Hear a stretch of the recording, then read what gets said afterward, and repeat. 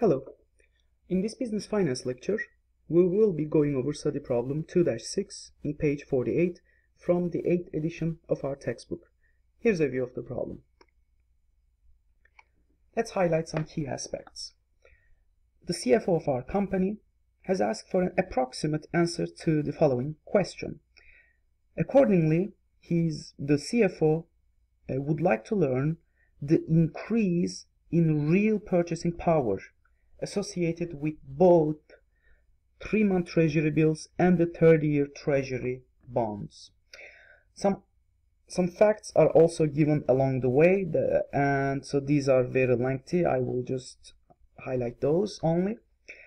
However, the Chief Financial Officer, the CFO, wants also a short explanation should the real purchasing power associated with these two different securities are actually different. Let's think about the real purchasing power.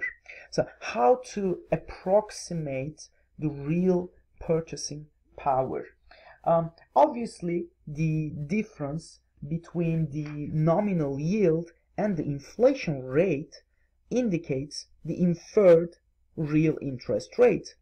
And in fact, that figure, the inferred real interest rate, can actually serve as an approximation of the increase in real purchasing power over the study period. Let's figure the inferred real interest rate for these two securities. I will go ahead and create a table and calculate those differences on this table. So let me write down the security names first. Securities.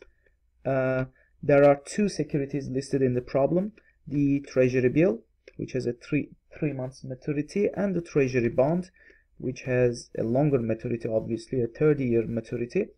The mean nominal yield, so the nominal yield for the treasury bill is 4.34%, whereas the same the nominal rate for the treasury bond is 7.33%. This is also given in the problem. Now, it's also given that the inflation rate is 2.78% across the whole economy. So it will be the same inflation rate for both securities.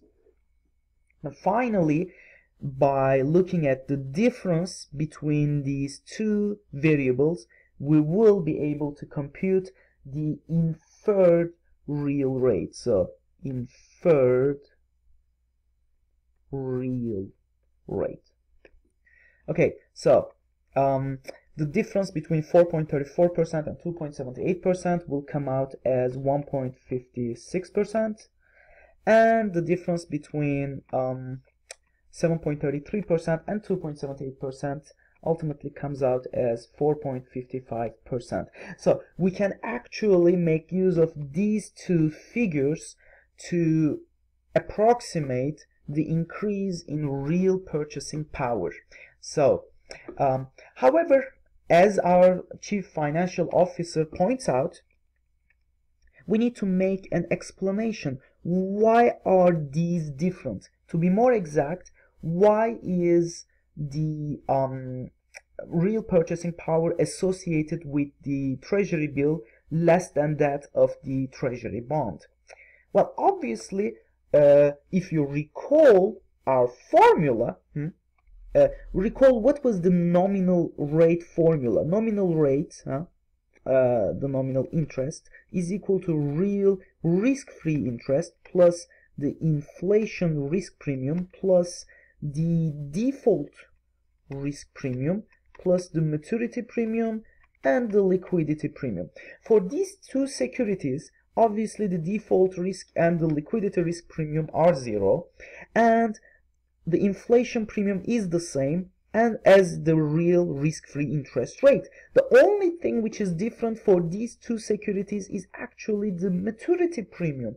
So, going back to our question, the question of the Chief Financial Officer, The reason we have two different answers here is due to the maturity premium. So it is the maturity premium which can explain these different approximate values for real purchasing power. So that would complete our solution. Hope you enjoyed the video.